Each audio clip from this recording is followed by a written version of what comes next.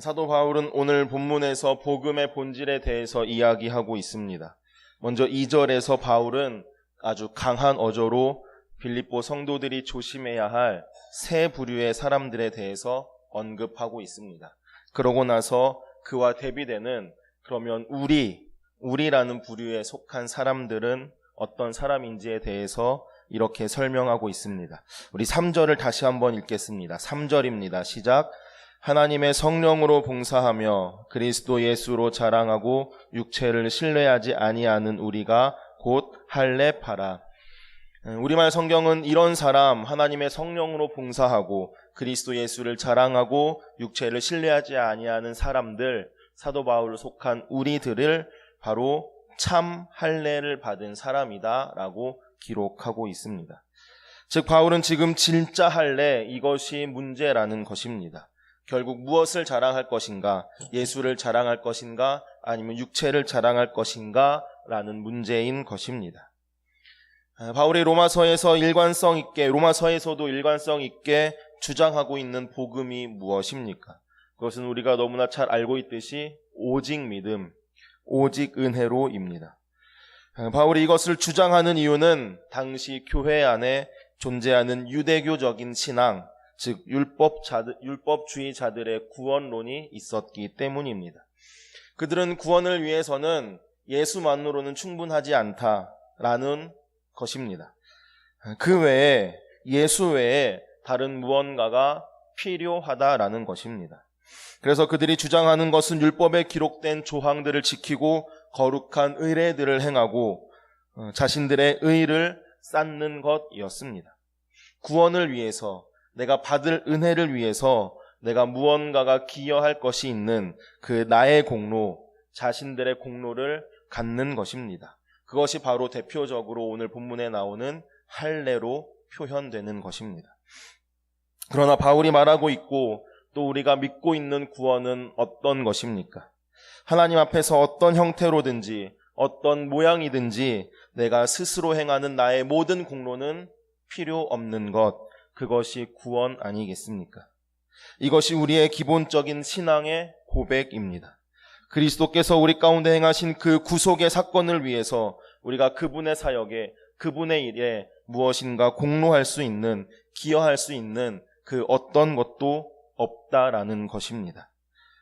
그래서 지금 바울은 이 율법주의자들이 가지고 있는 육체의 자랑거리들이 얼마나 쓸모없고 더 나아가서는 그리스도를 얻는 것, 그리스도를 얻는 일에 있어서 얼마나 해로운 것인지를 설명하고 있는 것입니다. 가장 큰 특권을 누리고 있다라고 할지라도, 가장 도덕적이고 가장 종교적이고 또 가장 열심히 있고 가장 헌신이 있다라고 할지라도 그것은 그리스도를 얻는 일과는 무관하다라는 것입니다. 그러한 자기의 의나 육체의 자랑거리로 말할 것 같으면 나는 너희들보다 더 뛰어나다, 너희들은 나의 상대가 되질 않아 라고 말하고 있는 것이 바로 오늘 본문의 바울인 것입니다. 바울이 자신의 스펙에 대해서 열거하는 내용이 바로 5절과 6절입니다. 바울은 그에게 유리할 만한 모든 것들을 말하고 있습니다. 그에게 유익했던 것들을 빠짐없이 열거하고 있습니다. 무엇인지 우리 함께 다시 한번 읽어보겠습니다. 5절과 6절입니다. 시작. 나는 8일 만에 할례를 받고 이스라엘 족속이요 베냐민 지파요 히브리인 중에 히브리인이요 율법으로는 바리새인이요 열심히는 교회를 박해하고 율법의 의로는 흠이 없는 자라. 이것이 바울에게 왜 스펙이 되는지를 설명하자면 너무 길어지기 때문에 따로 설명드리진 않겠습니다. 그러나 그가 나열하고 있는 것들을 보게 되면 그가 태어나면서부터 가지고 있던 육체의 자랑거리, 그리고 그가 획득한 자랑거리들입니다. 그래서 이 모든 스펙을 쌓았더니, 이 모든 것들이 나에게 유익이 되었더니, 이 모든 것을 더했더니 나에게 지금 무엇이 남았다라고 바울은 고백합니까? 7절을 다시 한번 읽겠습니다. 7절입니다. 시작. 그러나 무엇이든지 내게 유익하던 것을 내가 그리스도를 위하여 다 해로 여길 뿐더러. 무슨 이야기입니까? 그동안 내가 그렇게 열심히 쌓았던 나의 스펙들, 그렇게 유익했던 나의 모든 것들, 이것을 더한 것이 나에게는 다 해가 되었다라는 것입니다. 다 해로운 것이라는 것입니다. 손해가 되었다는 것입니다.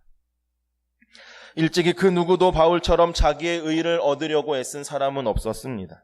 그럼에도 불구하고 자신의 노력으로 의의 걸음을 한 걸음 한 걸음 걸어가다가 그 마지막 순간에 상으로 그리스도를 얻게 되는 것 결코 아니라는 것입니다. 바울은 자신의 이 모든 육신의 자랑과 의의 행위들을 보니 결국에는 그 답이 해라는 것을, 손해라는 것을 인정하기까지는 결코 그리스도를 얻을 수 없다라고 말하고 있는 것입니다. 그런데 여기서 우리가 오해하게 되는 것이 하나 있습니다. 그것은 우리에게 속해 있는, 가치 있는 그 무언가를 포기하고 버려야 한다라고 말하는 것이 아니라는 것입니다. 심지어는 아예 음식을 끊어버린 이 거식증 환자처럼 어떤 유익도 줄 수 있는 그 모든 대상을 내가 전적으로 거부하고 그런 가치들을 오물처럼 여길 수 있는 도인과 같은 사람이 되어야 한다라고 우리가 스스로 여기는 그런 강박이 우리 가운데 있다라는 것입니다. 마치 말씀과 기도로 영적인 수련을 해서 이런 경지에 오른 도인들 득도하는 것처럼 그래야 한다, 그리스도인이라면 그래야 한다라는 그 강박이 우리들 안에 있다라는 것입니다. 때로는 그런 마음이 우리의 마음을 압박하기도 합니다. 그러나 성경은 우리 인생 속에 누리게 되는 이러한 유익, 이러한 소유들, 삶의 만족을 포기하라라고 결코 말하지 않습니다. 그리스도를 아는 지식이 가장 고상하기 때문에 세상의 학문은 다 가치 없는 것이야, 다 불필요한 것이야 라고 말하지 않는다는 것입니다.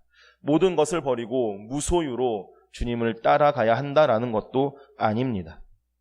그렇다면 바울이 요구하고 있는 것은 무엇이겠습니까?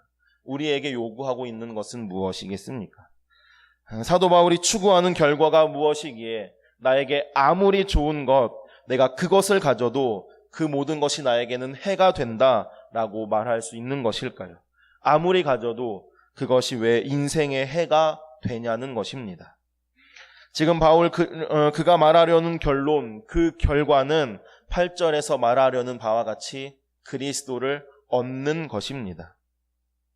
예수 그리스도를 얻고 그래서 하나님의 의를 얻어서 구원에 이르는 것, 그것은 우리의 자신의 유익과 자신의 만족과 자신이 가지고 태어난 자랑, 우리가 획득한 그 육신의 자랑, 이것이 아무 기여를 할 수 없다라고 바울은 말하고 있는 것입니다.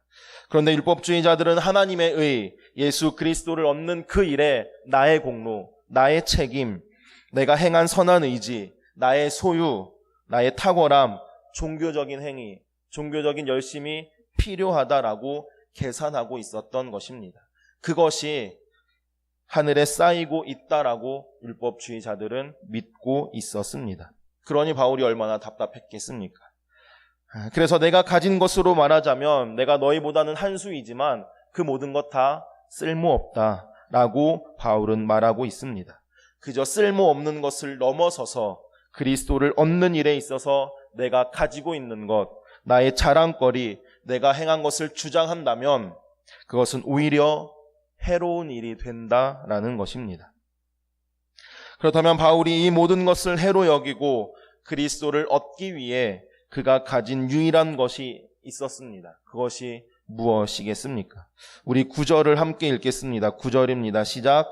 그 안에서 발견되려 함이니 내가 가진 의는 율법에서 난 것이 아니요 오직 그리스도를 믿음으로 말미암은 것이니 곧 믿음으로 하나님께로부터 난 의라. 무엇입니까? 하나님 앞에서 인정되는 의란 바로 예수 그리스도를 믿는 믿음인 것입니다. 이것만이 우리에게 득이 되는 것임을 바울은 말하고 있습니다. 그렇다면 이제 우리는 지워나가야 합니다. 우리의 출신, 외모, 학력, 경험, 이제껏 우리의 인생 속에서 내가 유익하다라고 생각했던 그 모든 가치들, 그래서 내 인생의 가장 중요한 가치로 남겨진다고 믿었기 때문에 추구했던 나의 인생관들, 모든 것들을 과감하게 지워나가야 하는 것입니다. 그리고 오직 믿음만을 더해야 합니다.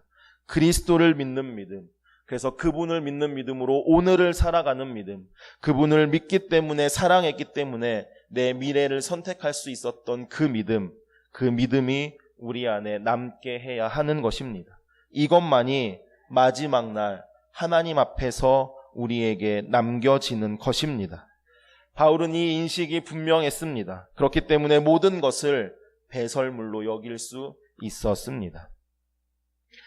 도의 경지에 이른 영적인 고수가 무소유의 삶을 주장하는 것과는 차원이 다른 것입니다. 단순히 비우라는 것이 아닙니다. 더 정확하게는 얻으라고 하는 것입니다. 가지라고, 그것을 소유하라고 말하고 있는 것입니다. 무엇을 말입니까? 진짜를 가지라는 것입니다. 진짜 우리의 인생에 남겨지는 그 가치를 소유하라, 가지라 말하고 있는 것입니다. 바울은 복음의 본질에 대해서 정확하게 알았기 때문에 자신에게 유익했던 그 모든 것들을 버릴 수 있었습니다. 그리고 또한 붙잡을 수 있었습니다. 우리의 인생의 마지막에 남겨질 그 영광스러운 기업, 그 영광, 예수 그리스도를 붙잡을 수 있었던 것입니다. 이것이 어떻게 미련한 것이 될 수 있겠습니까? 이것이 어떻게 무모한 것이라고 말할 수 있겠습니까? 이것은 지혜 중에 지혜이고 우리의 인생의 목적을 가장 온전하게 하는 것입니다. 저는 그저 우리가 아무것도 소유하지 않은 채 어떤 것도 경험적으로 누리거나 즐거워하거나 즐기지 않은 채 그렇게 인생을 살아가라라고 이야기하는 것이 아닙니다. 더 갈망하고 더 사모하라라고 말하고 싶습니다. 온 힘을 다해 더 함께 힘껏 움켜쥐라라고 말씀드리고 싶습니다. 무엇을 말입니까? 무엇을 그토록 원하고 그토록 가지기 위해 나의 인생의 전부를 내던질 것인가 하는 결정은 우리 스스로 하는 것입니다. 그 결정 앞에 저는 그저 바울의 삶을 보여드렸을 뿐입니다. 2000년의 역사가 지나도록 후대까지 그리고 오늘 현재를 살아가는 우리에게까지 영광스럽게 기억되는 그의 인생의 전부였던 그 예수 그리스도, 그분을 바라보고 그분을 사모하고 갈망하고 붙잡는 것입니다. 바라기는 그리스도를 얻기를 원합니다. 그리스도를 얻기를 갈망하기를 원합니다. 이것이 우리의 인생에 우리에게 유일하게 남겨진 영광의 기업임을 믿음으로 바라보기를 소원합니다. 우리가 가지려고 쫓았던 그 모든 것을 아무것도 아닌 것으로 여길 수 있는 그날의 그 영광을 우리의 눈앞에 두고 오직 우리의 인생 속에 남겨지는 그리스도 예수를 얻기 위해 그렇게 우리의 삶을 달려나가는 우리의 삶이 되기를 간절히 소원합니다. 그리스도를 믿는 믿음, 그 믿음으로 살아가는, 그래서 우리의 삶에 무엇이 있느냐라고 묻는다면 저에게는 믿음이 있습니다 라고 대답할 수 있는 우리의 삶이 되기를 간절히 소원합니다. 우리 함께 찬양하기를 원합니다. 오직 우리의 삶이 주님께서 기뻐하시는 삶이 되기를 원합니다. 그 믿음을 소유하는 우리가 되기를 원합니다. 주님만이 나의 기쁨, 또 내가 주님의 기쁨이 되는 삶을 살게 하여 주옵소서. 우리 그렇게 결단하고 또 헌신하며 찬양하시겠습니다.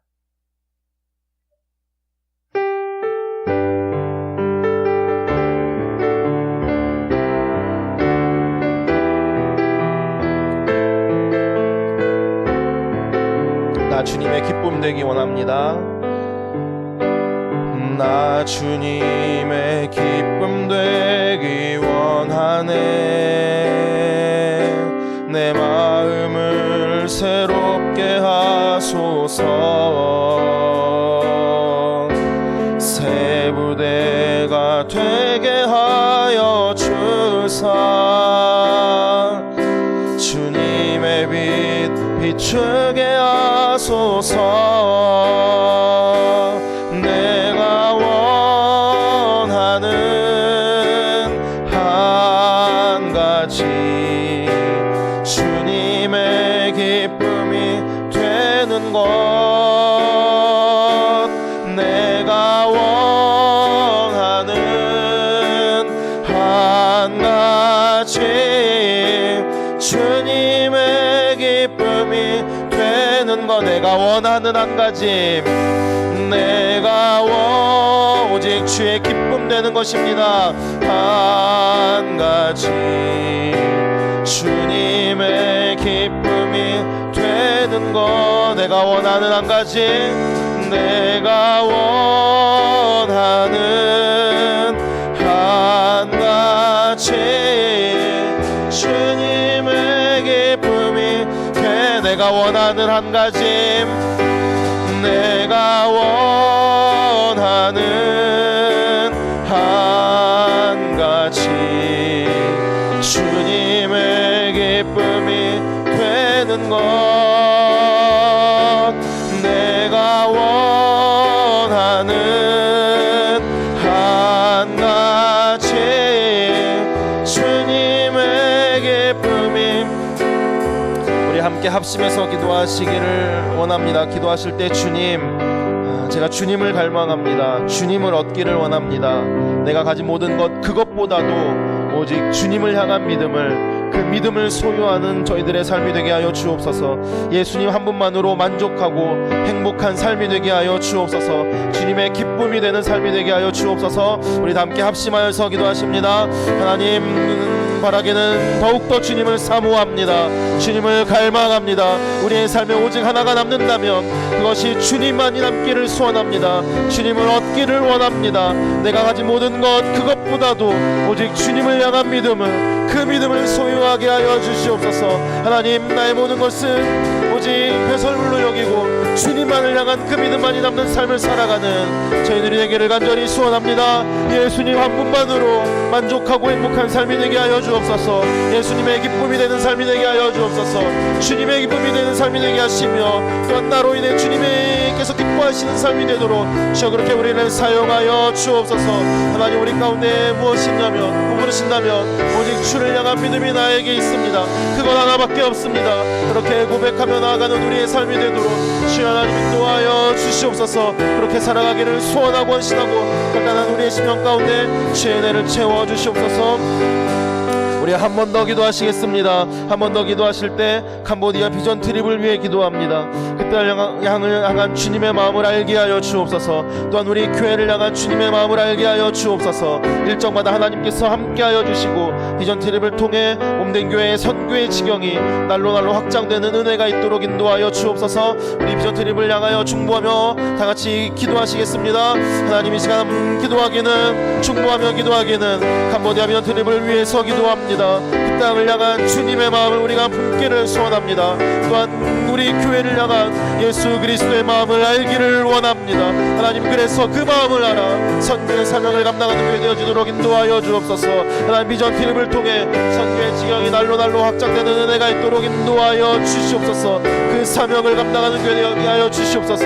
예수 열방의 비전을 이루어가는 교회 되도록 인도하여 주옵소서. 일정마다 하나님 동행하여 주시고 함께하여 주셔서 오직 하나님의 은혜를 경험하는 시간이 되게 하시고 하나님을 그 선교의 마음을 알아가는 시간이 되도록 주여 온 세상을 품기를 원하시는 온 세상의 가운데 복음이 전파되기를 원하시는 하나님의 마음을 알아가는 저희들 되도록 하나님 없는 교회 되도록 또한 미련 트립 단원들 되도록 주여 하나님 인도하여 주옵소서. 안전함과 건강함으로 지켜주시기를 소원하며 그런 순간까지 오직 하나님의 은혜만을 고백하는 귀한 시간 되도록 인도하여 주옵소서.